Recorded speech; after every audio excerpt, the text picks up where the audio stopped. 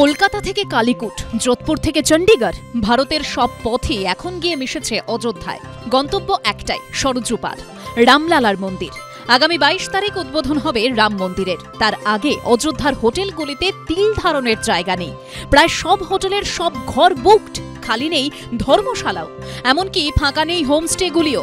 গোটা দেশ থেকে অযোধ্যা যাওয়ার হিড়িক। অযোধ্যামুখী বেশিরভাগ ট্রেনেরই টিকিট ওয়েটিংয়ে। কলকাতা থেকে সরাসরি অযোধ্যা যাওয়া যায় দুটি ট্রেনে।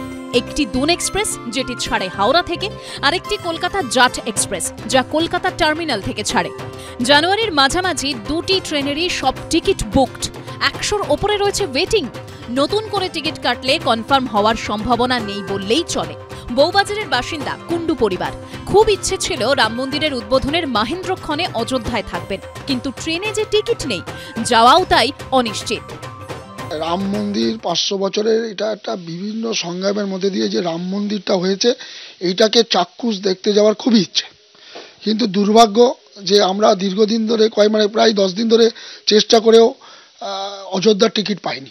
যাওয়ার তো ইচ্ছে ছিল খুবই, রাম মন্দির দেখতে যাওয়া, কিন্তু টিকিট নেই, ট্রেনের টিকিটও পাওয়া যাচ্ছে না। তারপর হোটেলেও খুব সমস্যা, হোটেল থাকারও ব্যবস্থা নেই। সেই কারণে ইচ্ছাটা মনের মধ্যে দমিয়েই রাখলাম। শনিবারই অযোধ্যায় রোড শো করবেন নরেন্দ্র মোদী। সেই সঙ্গে উদ্বোধন করবেন 6টি বন্দে ভারত ও 2টি অমৃত ভারত এক্সপ্রেসের। তার মধ্যে একটি ট্রেন পেয়েছে বাংলা, মালদা থেকে ব্যাঙ্গালোর। 43 ঘন্টায় মালদা থেকে ব্যাঙ্গালোরে পৌঁছবে ট্রেনটি। ইতিমধ্যেই মালদা টাউন স্টেশনে পৌঁছে গেছে ট্রেনটি। উদ্বোধনের আগেই সেই ট্রেন ঘিরে আগ্রহ তুঙ্গে। यात्री सुविधाएं हैं अंदर, वो जो आप नॉर्मल जीएस कोच या आपने जो साधारण डब्बा होता है या आपने स्लीपर कोच जो देखा होगा, उससे काफ़ी आधुनिक और मॉडर्न और सुविधाजनक प्रोवाइडेड है। এই ট্রেনের গতিবেগ হবে ঘন্টায় 130 কিলোমিটার। ট্রেনে মোট 22টি কামরা।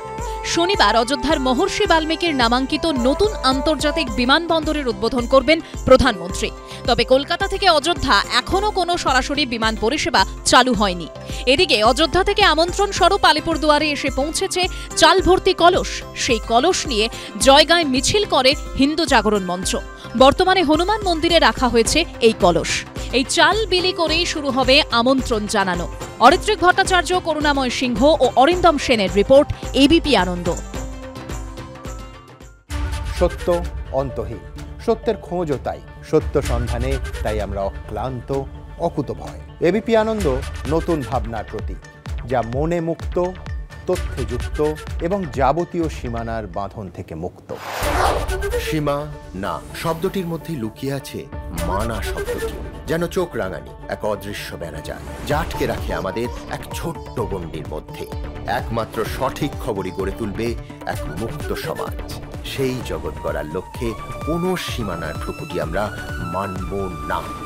এবিপি আনন্দ এগিয়ে থাকে, এগিয়ে রাখে।